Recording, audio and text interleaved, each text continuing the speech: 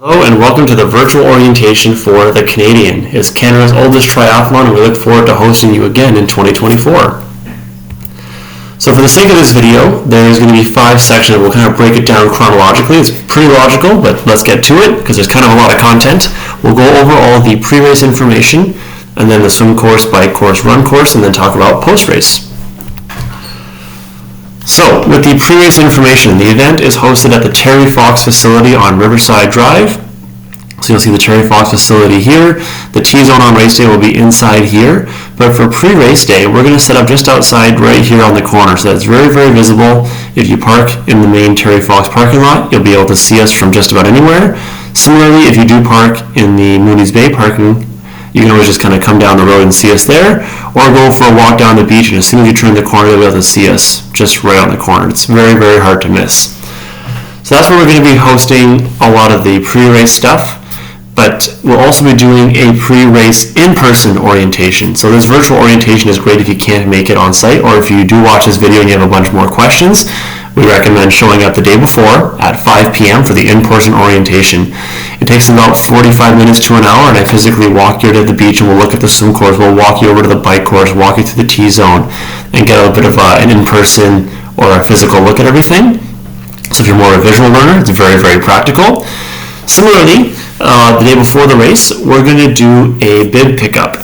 So if you're able to, my number one piece of advice to make race day go smoother is to pick up your bib the day before the race. So from 3 p.m. to 6 p.m., right on this corner, you'll be able to come by, talk to our staff. You can walk around and see the course, see the T-zone and whatnot on your own time if you like. But we'll also be giving out all the bibs if you want to. That means it's one less thing for you to do on race day. If you cannot show up the day before, that's fine. You can pick it up the morning of the race. It just means that on race day, it's one more thing on your checklist, and it's already a pretty full morning. Similarly, you can have a friend pick up your bib for you. So if you and a bunch of friends are racing together, and one of you wants to come grab all the bibs, that'll save you guys from all jumping in the queue on race day. So kind of a nice way to bring down your temperature on event day. Some other miscellaneous reminders. For parking on site, there's plenty of parking here at Terry Fox and Mooney's Bay. There's another parking lot right over here. All these two are pretty equidistant. This one's pretty darn close. And then plenty of parking at Canada Post or in the community over here. But make sure you guys pay the meter. I know in years past, bylaws have been very good about going around and checking that everyone's paid the meter if there is a meter. Some spots are free parking, some are not. But just make sure you guys pay attention to that so you don't get any surprise tickets on the windshield while you're out there racing. And then for the morning of, my second biggest suggestion, aside from picking up the bib the day before, is to show up 1 full hour before the race. I know an hour sounds like a lot of time, but it will totally fly by, because the morning of the race you have to pick up your bib, if you didn't already. You'll have to find parking, unless you chose to bike over or walk over, but between finding parking, getting your bib, getting your timing chip, getting your body marking done, getting into the T-zone, setting up your equipment, getting warmed up, and getting to the start line, that hour is just going to fly by. So we highly recommend getting there an hour before the start of your race. So we're going to be on site around 6:15 or so, ready to go. If you show up before 6:15, we won't really be ready for you. You'll have to hang tight till 6:15. But if you're not racing until 8 or 9 or 10 or whatever it might be, there's no need to get there at 6:15 or 6:30 in the morning. Just show up an hour before the start of your race, and it'll give you plenty of time to get everything done. So the race itself, I'll start with the swim course. If you know the area, this is Mooney's Bay, this is the beach in the darker color here. Everything starts and ends from the north side right here. And there'll be a beach start. So the same thing we've done for the last couple of years, where everyone's going to line up on the beach from here going this way, kind of from fastest swimmers in the front going onwards. And we'll do a 3, 2, 1, go, and you swim around the buoys in the order that you're supposed to, depending on the race that you're doing. So you can use this chart here to see which loops that you're doing. And if you're doing multiple loops, you stay in the water. So if you consider coming around here, and let's say you're just doing the Olympic, you'll turn at C and E, come around, and then do a second loop, and go around C and E, F, G, and A, and out of the water. So for the beach start, it's going to be what we call chip timing, not gun timing. So when the gun goes off, you'll do 3, 2, 1, go. Your time doesn't start until you actually cross into the water. So with this line that we're going to have you guys make, when we go 3, 2, 1, go, not everyone's going to be in the water until at least 2 or 3 minutes after the gun goes off, so to speak. Because if you're near the back of the pack, you got to wait for everyone else to kind of trickle in and then you go in. That does not mean that your time is now 3 minutes slower. It just means that you're lined up in a spot where you're equal distance or equal speed, to your competitors roughly. We know that lining up in order from fastest to slowest is not an exact science, and it's okay to kind of guesstimate. But your time won't start until you cross into the water, which means unless you're planning on being one of the first people to come out of the water, and you think you're one of the fastest swimmers, there's no need to be one of the first ones in the water, because then you'll either end up being passed by everybody, or the opposite could be true, where if you're a little faster than everybody else, you don't want to be passing everybody. You want to kind of find a spot where you can be similar speed to your competitors, and that way it minimizes the overlapping, and you can kind of go through the swim without getting caught in the proverbial washing machine. So for the cutoff times on this race, we're pretty wide on them. You just have to finish the race before the next race starts. So generally speaking, that's a full hour for the half iron and the Olympic, 30 minutes for the 750 swim of the sprint triathlon, and then for the triers, you have, I think it's like 10 minutes for a 200-meter swim. So plenty of time there. And my last reminder for the swim is smile for the camera. You might see this suggestion a few times as this video goes through, but we'll have some professional photographers from Finisher Pics snapping photos throughout the day. So if you catch them, give them a smile or a thumbs up or whatever goofy kind of race day pose you want to do. Or if you don't see them, that's cool. Candid shots are awesome as well. The bike course, which is recently paved, they paved it the day before the Canadian in 2023, so it is as fresh as it gets.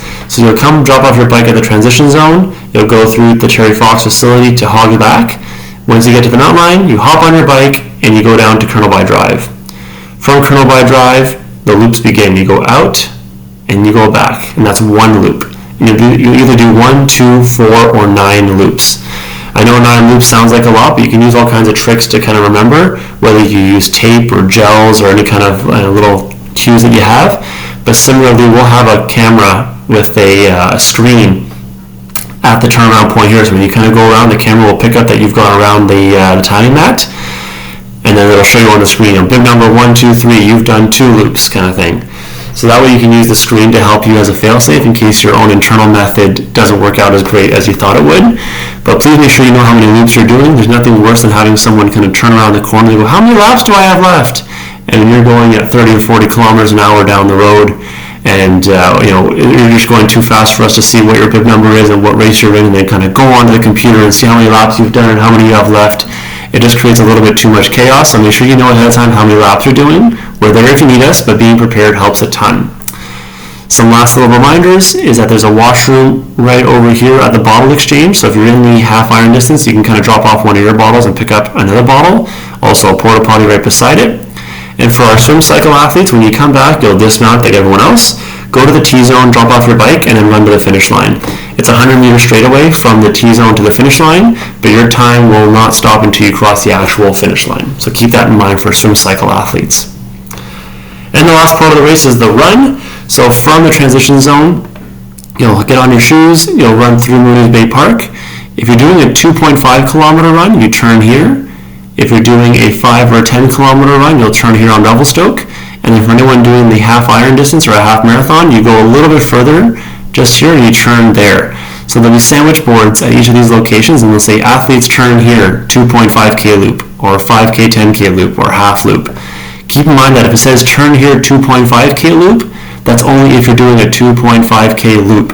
It doesn't mean to turn here if you're doing a 5K, because you might get confused. Oh, it's 2.5K out, 2.5K back, but this sign is only 1.25 kilometers from the start line.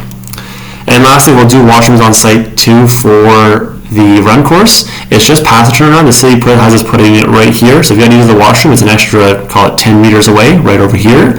But there's also washrooms on site at the beach at Mooney's Bay or at Terry Fox, but we've put a porta potty on course right over here for anyone that needs it.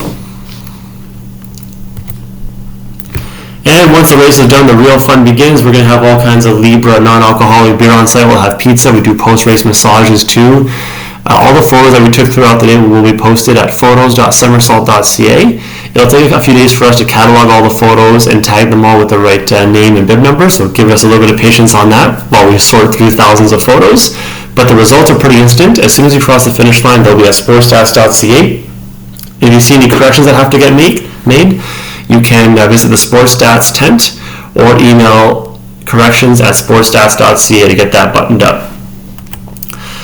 So that's it. If you have any questions, email us. It's adam@somersault.ca. Otherwise, we can't wait to see you at the start line, or better yet, at the bib pickup the day before the race. Thanks, and we'll see you at the end of August.